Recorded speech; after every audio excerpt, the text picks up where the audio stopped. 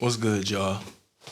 You see, I ain't got a little festive for Jesus and them.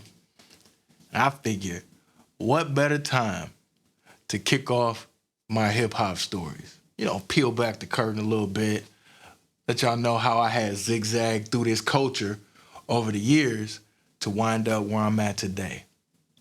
I plugged the mic in, flipped a couple switches and started rhyming. It wasn't right then, but I kept right and know when I had to put the time in to earn my stipend. Do your guy a solid one time, subscribe and like this.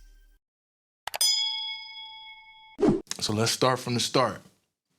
My very first introduction to hip-hop was the Beastie Boys.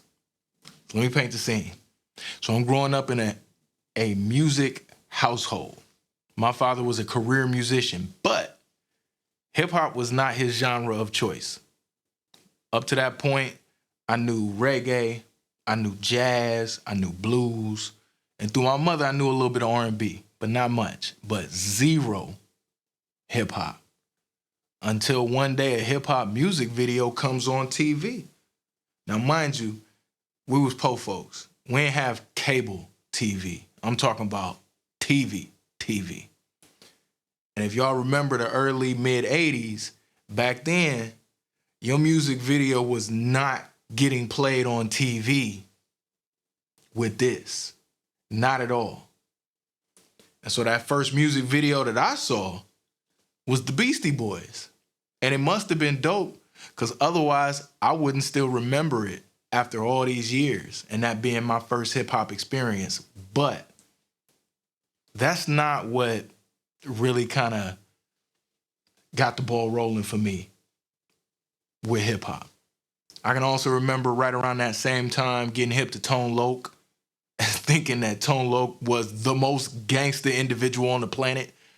And knowing what I know now, he wasn't really conveying that in the music. So what I was picking up on was like the voice and the swagger, you know what I'm saying, and how he moved. That I thought Tone Loc was the super thug of all super thugs at that time. 3, 4 years old, maybe 5, somewhere around there. And then, of course, Kid and Play, because who didn't want to do that little dance? You know what I'm saying? That was, you know what I'm saying? But though those were the first hip hop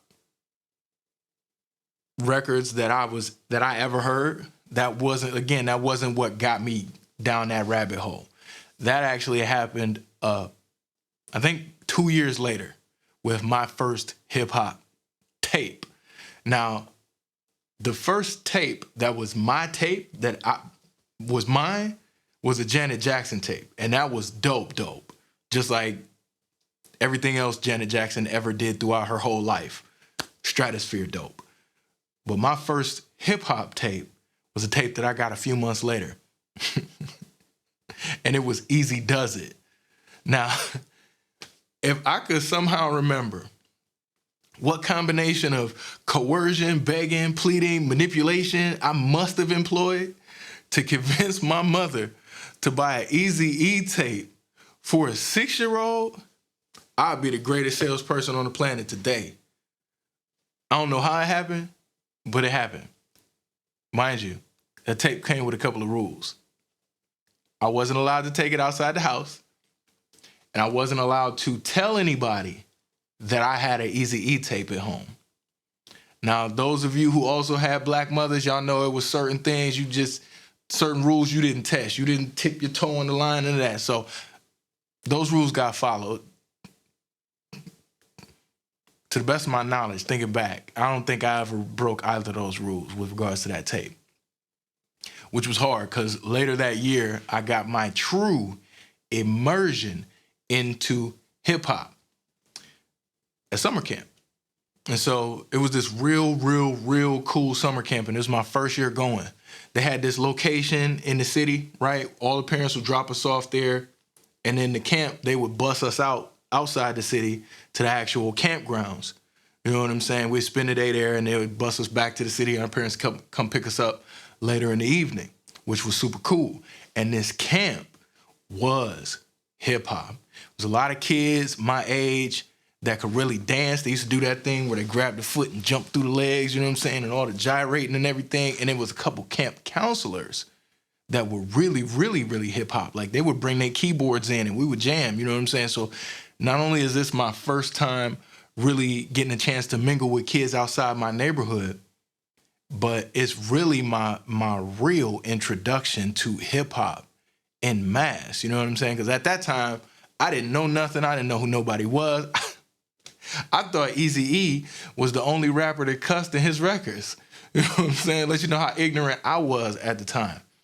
And thinking back to my first year at that camp, 2 experiences with regards to hip hop anyway, really, really, really stand out to me, even to this day. Number one of those days when we were on our way out to the campgrounds on the bus, the question got floated up, who's the best rapper? And I remember vividly, the general consensus on this bus was that it is MC Lyte, hands down. And that's memorable because obviously MC Lyte went on to become a hip hop icon. And a big part of how I think about MC Lyte, when I think about her massive contributions to the culture that I love, it all starts right there on that bus with a bunch of other 6, 7, 8, 9-year-olds and a couple of camp counselors that was hip hop heads to the blood. You know what I'm saying? And everybody pretty much being in agreement that, you know what I'm saying, in 1989, the dopest rapper is MC Lyte, period. You know what I'm saying? And then the second experience that really, really, really stands out, that I would credit actually with really kind of sending me down the rabbit hole ultimately into hip hop myself. One of these days we were chilling at the clubhouse on the campgrounds, right? Now, mind you, like I said, I ain't know nobody who nobody was in hip hop. I didn't know nothing about hip hop for real.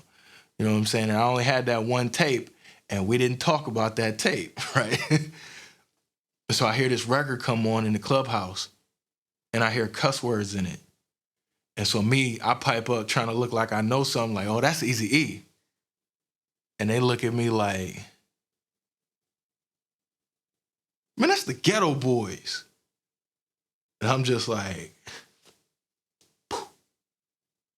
right? Obviously, I got some homework to do. I got a lot of learning ahead of me about this thing we call hip hop. And that is what really got the ball rolling for me.